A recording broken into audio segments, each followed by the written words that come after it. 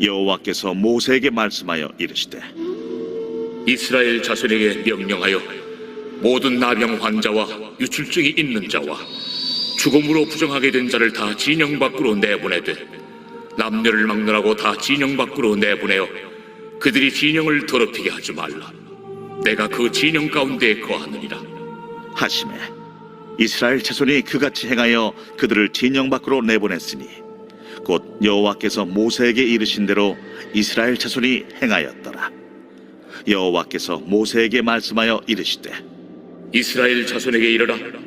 남자나 여자나 사람들이 범하는 죄를 범하여 여호와께 거역함으로 죄를 지으면 그 지은 죄를 자복하고 그 죄값을 온전히 갚되 5분의 1을 더하여 그가 죄를 지었던 그 사람에게 돌려줄 것이요 만일 죄값을 받을 만한 친척이 없으면 그 죄값을 여호와께 드려 제사장에게로 돌릴 것이니 이는 그를 위하여 속죄할 속죄의 순양과 함께 돌릴 것이니라.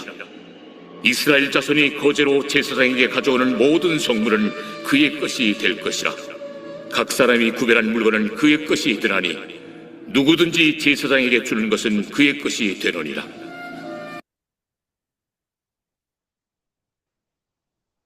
네, 오늘 본문의 말씀은 이스라엘 공동체의 거룩성을 유지하기 위한 말씀을 주시는 것입니다. 이스라엘 백성들은 출애굽하에서 광야 시내산에서 율법을 받았습니다. 그들은 이제 앞으로 광야를 더 행군해야 되는 것이죠. 이스라엘 백성들의 공동체의 신앙의 거룩성, 이것은 이스라엘 공동체의 생존과도 연결되는 것입니다. 이스라엘 백성들이 거룩하지 않는다면 하나님으로부터 버림을 받게 되는 것이죠. 그래서 거룩성을 지키기 위한 이런 말씀을 주시고 있습니다. 첫 번째로 질병으로부터 보호를 위한 말씀을 주십니다. 2절 말씀해 보면 이스라엘 자손에게 명령하여 모든 나병 환자와 유출증이 있는 자와 죽음으로 부정하게 된 자를 다 진영 밖으로 내보내되 라고 했습니다. 이스라엘 백성들 중에서 나병 환자들 또 유출병이 있는 환자들을 진영 밖으로 내보내라 라고 했습니다. 나병은 문둥병을 말하는 거죠. 한센병을 말하는 것입니다. 그 당시에는 한센병, 문둥병은 불치의 병이었습니다. 이러한 병이 이스라엘 공동체 안에서 자꾸 번져나간다면 이스라엘 공동체의 생존에 위협이 되는 것이죠. 그래서 나병 환자들은 진영 밖으로 내보내서 살도록 하였습니다. 격리 조치를 취한 것이죠. 또한 그 유출병, 몸에서 피가 나는 이러한 병을 가진 자도 진영 밖으로 내보내라 라고 하였습니다. 정기적으로 이렇게 되는 여성들의 이런 생리 현상은 포함되지 않는 것입니다. 병적인 것을 말하는 것이죠. 이러한 병은 또 공동체에 건강에 위협을 주기 때문에 진영 밖으로 내보내라라고 하였습니다. 진영 밖에 있다가 병이 나았다면 적절한 절차를 거쳐서 다시 이스라엘 진영으로 돌아오도록 하였죠. 우리는 몇 년 전에 코비드라는 아주 무서운 전염병을 우리가 경험을 하였습니다. 처음에는 그 병을 고칠 수 있는 이런 방법이 없었어요. 많은 사람들이 죽었습니다. 그래서 전 세계적으로 행한 치유 방법은 격리하는 것이었습니다. 병 든 자들을 다른 사람들과 접촉하지 못하도록 격리함으로써 전염병을 더 이상 번지지 않도록 차단하는 것은 이러한 치유법을 선택을 하였죠. 이와 같은 똑같은 원리로 우리가 바라보면 되겠습니다. 그 당시에 공동체의 생존을 위협하는 이러한 병이 있으면 진영 밖으로 내보내서 공동체를 지켜내는 이러한 조치를 취한 것이죠. 병에 걸리면 참 마음이 슬픕니다. 서럽죠. 그런 것도 굉장히 서러운데 진영 밖으로 내보내다. 격리 조치해라. 참 환자 입장에서는 힘든 이러한 일인 것이지요. 우리 예수님은요, 이러한 환자들의 심정을 잘 아시고 또 불쌍히 여겨 주셨습니다. 신약 성경에 보면 문둥병자들이 멀리 서가지고 예수 선생님이요, 우리를 불쌍히 여기소서라고 크게 외쳤습니다. 이때 예수님께서 불쌍히 여겨 주셨습니다. 은혜 베풀어 주셨습니다. 제사장에게 가서 내 몸을 보이라 라고 하였습니다. 이때 문둥병자들은 몸에 변화가 없지만 믿음으로 순종했습니다. 제사장에게 갔습니다. 가는 도중에 다 치유함 받게 되는 이러한 은혜를 받게 되었습니다. 또 12년 동안 혈루증 앓는 이런 여인은 예수님 옷자락만 만져도 내가 낫겠다라는 이런 믿음을 가졌죠. 그래서 예수님의 옷자락을 몰래 만졌습니다. 치유함을 받게 되었습니다. 예수님께서는 그 여인에게 말하죠. 딸아 안심하라. 내 믿음이 너를 구원하였다 하시니라고 하였습니다. 예수님은 병든 자를 불쌍히 여기십니다. 치유하여 주십니다. 사랑하는 성도 여러분, 병을 가지고 있습니까? 긍휼히 여기시는 우리 예수 앞에 나아가서 고쳐달라고 간구하는 신앙생활이 있으시기를 바랍니다. 주님께서 반드시 고쳐주실 줄 믿습니다. 고쳐주시지 않는다면 또한 하나님의 깊은 그 뜻이 그 안에 있는 것이죠. 병을 가지고 하나님 앞에 나아간다면 치유받든지 또 하나님의 깊은 뜻대로 성화의 과정을 어, 가지든지 우리 모두에게는 육적으로 영적으로 매우 좋은 결과를 얻게 됩니다. 하나님께 병을 가지고 나가서 기도하는 저와 여러분들이 되시기를 바랍니다. 또 이 말씀을 영적으로 적용하면 교회 공동체의 믿음의 순결성을 지키는데 적용할 수가 있습니다. 교회 공동체의 신앙을 위협하는 이단자들, 그러한 자들을 우리 신앙 공동체에서 내보내야 됩니다. 격리시켜야 됩니다. 이런 것은 제 말이 아니라 성경 말씀입니다. 디도서 3장 10절 11절에 보면 이단에 속한 사람을 한두 번 훈계한 후에 멀리하라. 이러한 사람은 네가 아는 바와 같이 부패하여 스스로 정죄한 자로서 죄를 짓느니라. 이단에 빠진 자들 가서 불쌍히 여기고 권면을 해야죠. 그렇지만 이렇게 권면을 했는데도 불구하고 돌아서지 않는다면 그들을 멀리하라 라고 했습니다. 그들은 스스로 부패한 자들이다. 고의적으로 그들은 부패의 길을 선택한 자들이다라고 성경에서 말씀을 하고 있습니다.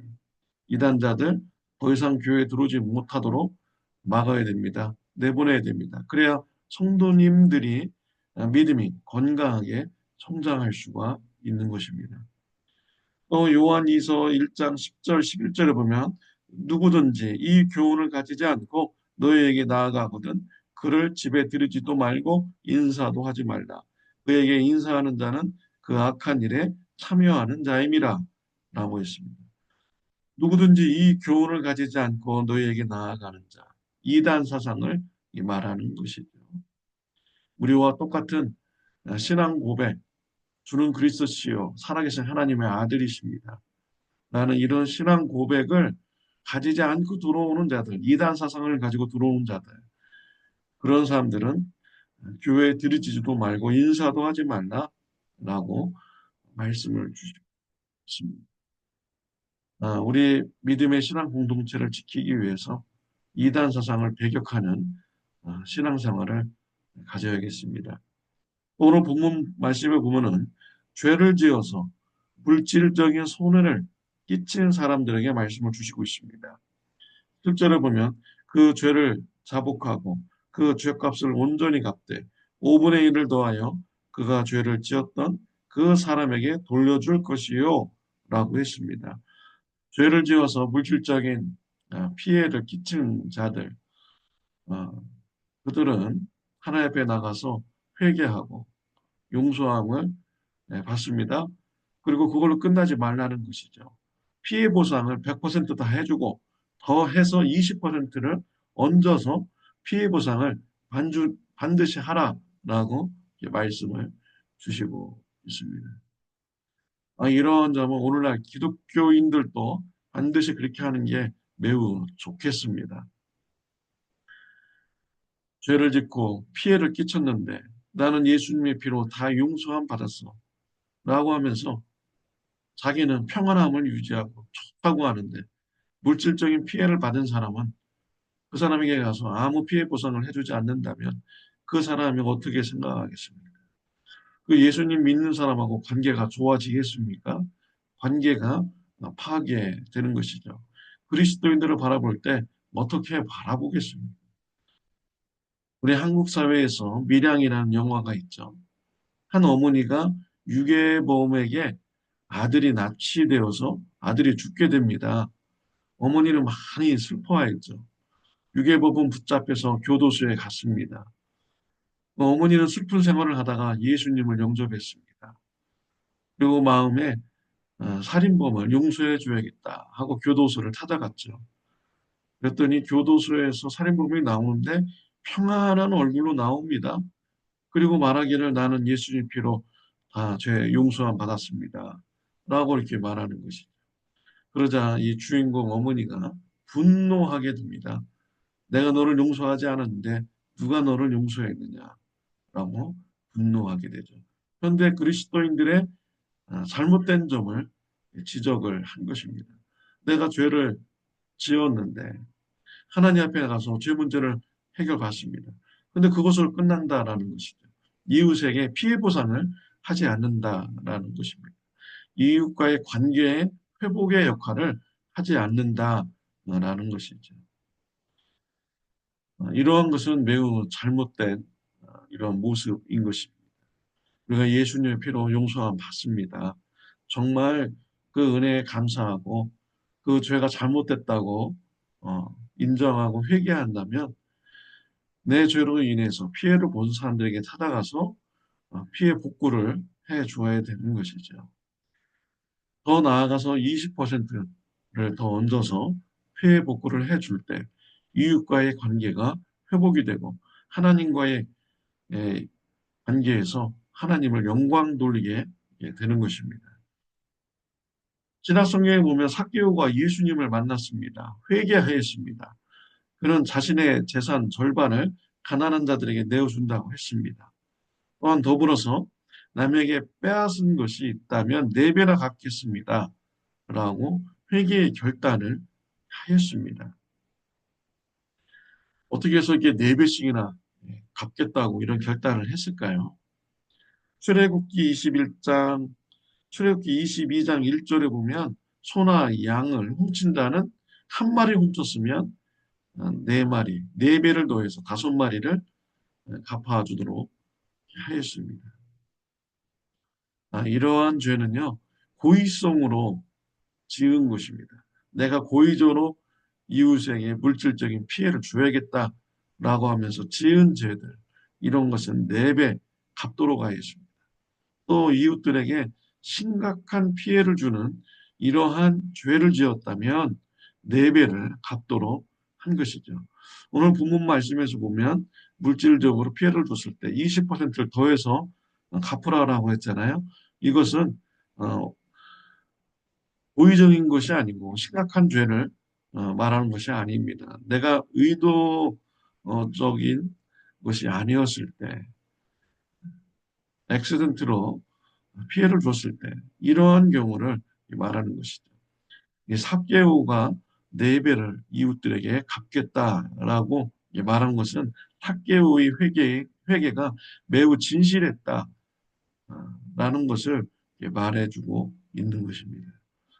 그럼으로써 그는 주변에 있는 이웃들과의 관계가 또 회복이 되고 자신의 죄의 문제도 해결받고 하나님께 영광 돌리는 이런 삶을 살게 되는 것이죠. 사랑하는 성도 여러분, 저와 여러분들도 이웃과의 관계의 회복을 위해서 내가 피해를 끼쳤다면 피해 복구를 온전히 해주는 이러한 삶을 우리가 살아야겠습니다. 하나님 앞에 죄를 자복하고 고백하고 용서함 받았을 뿐만 아니라 이웃과의 관계에서도 회복을 위하여 적절한 조치를 해 나가면서 신앙생활하는 저와 여러분들이 되시기를 바랍니다. 그럴 때 신앙 공동체를 지켜나갈 수 있고 건강한 신앙 공동체를 세워 나갈 수가 있는 것입니다. 네, 참 좋은 교회, 신앙 공동체를 더욱더 거룩하고 든든하게 세워나가는 저와 여러분들이 되시기를 바랍니다. 기도드리겠습니다. 하나님 아버지 감사합니다. 좋으신 하나님의 말씀을 같이 나누게 해주시니 감사합니다.